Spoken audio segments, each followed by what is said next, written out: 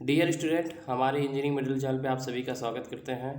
आज के इस टॉपिक में हम थर्मोडायनेमिक्स देखेंगे। थर्मोडायनेमिक्स मैंने आपको बताया था कि सिलेबस से हम कैसे पढ़ने वाले हैं, ठीक है।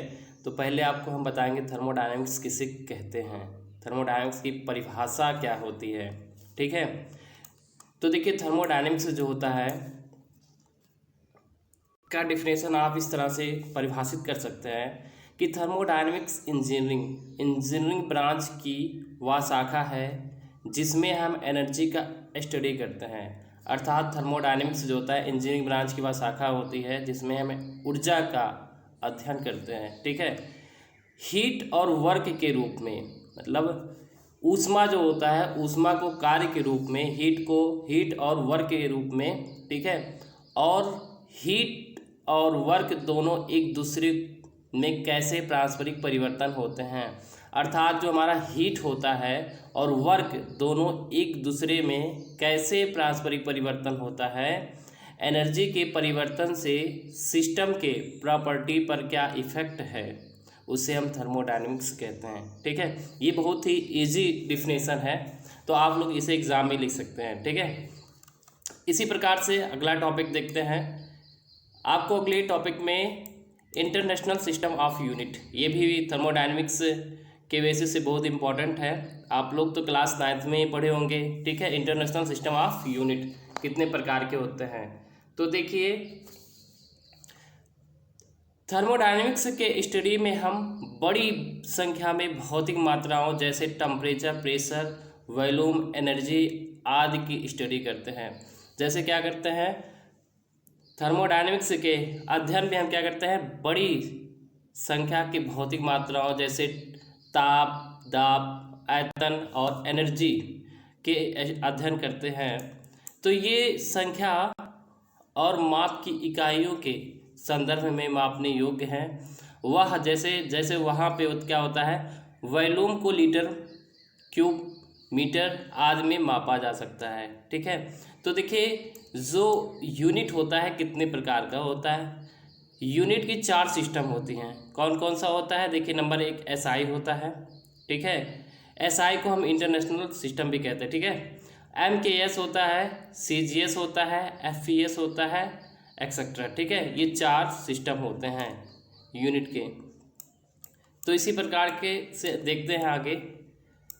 आपको यहाँ पे दिखाया गया है, ये चार्ट में देखिए फंडामेंटल यूनिट। तो देखिए यहाँ पे क्वांटिटी दिखाई गई, यूनिट है और ये सैम्पल है। तो जैसे कि लेंथ को हम किस में करते हैं, मीटर में करते हैं। इस लेंथ का यूनिट जो होता है मीटर होता है, और इसका जो सैम्पल होता है स्मॉल में हम लिखते हैं, ठीक है। मास होता है किलोग्राम में, और इसका जो सैम्पल होता है केजी से करते हैं, ठीक है। इसी प्रकार टाइम को सेकंड में स्मॉल एस से प्रदर्शित करते हैं। इलेक्ट्रिक करंट जो होता है एम्पियर होता है, और कैपिटल ए से इसका सिंबल है, ठीक है। इसी प्रकार से टेम्परेचर जो होता है केल्विन में, केल्विन इसका यूनिट होता है, और इसका जो सिंबल होता है के होता है। ल्यूमिनस जो होता है, ल्यूमिनस इंटेंसिटी जो होता है कैंडिला होता है, और इसका जो सिंबल होता है सीडी होता है। इसी प्रकार से अमाउंट ऑफ सब्सटेंस, ठीक है, इसको हम यूनिट जो होता है मोल होता है, और जो सैम्पल होता है मोल, ठीक है, होता है मोल होता है, ठीक है। इसी प्रकार से देखिए ये बहुत इंपॉर्टेंट होता है। क्या करते हैं अक्सर हम, ये मतलब सबको याद ही रहता है, लेकिन 2-4 आपको यूनिट जरूरी इसमें से याद करना। देखिए ये सीडी, कैंडला और मोल, ये बहुत सारे एग्जाम में पूछा गया है, ठीक है। ये तो लगभग सबको याद ही होगा। इसी प्रकार से अगला टॉपिक देखेंगे, प्रीफिक्सेस फॉर यूनिट। ये भी बहुत इंपॉर्टेंट होता है, ठीक है। तो देखिए प्रीफिक्सेस फॉर यूनिट को देखते हैं। ये देखिए चार्ट यहाँ पे बनाया गया है, और ये प्रीफिक्सेस है और इसके सैम्पल हैं, ठीक है। ऑर्डर ऑफ मैग्नीट्यूड इधर दिया गया है। तो देखिए जैसे कि गीगा को हम कैपिटल जी से प्रदर्शित करते हैं। गीगा जो होता है 10⁹ होता है, ठीक है। कितना होता है, इसका ऑर्डर ऑफ मैग्नीट्यूड जो होता है 10⁹ होता है। इसी प्रकार मेगा, ठीक है, कैपिटल एम से प्रदर्शित करते हैं। ये जो होता है 10⁻6 होता है। अब देखिए किलो जो होता है स्मॉल के होता है, ठीक है, ये 10⁻3 होता है। हेक्टो जो होता है स्मॉल में h होता है, ठीक है, ये 10⁻² होता है। और जो डेका होता है ये DA होता है, ये 10 होता है, ठीक है, तो ये कितना होता है 10⁻1 होता है। अब देखिए वेस यूनिट, ठीक है, इसी प्रकार से अगला देखेंगे डेसी जो होता है स्मॉल डी से पर्च करते हैं 0.1 को कहते हैं। इसका जो होता है मतलब ऑर्डर ऑफ मैग्नीट्यूड के रूप में लिखते हैं तो ये होता है 10⁻⁻1, ठीक है।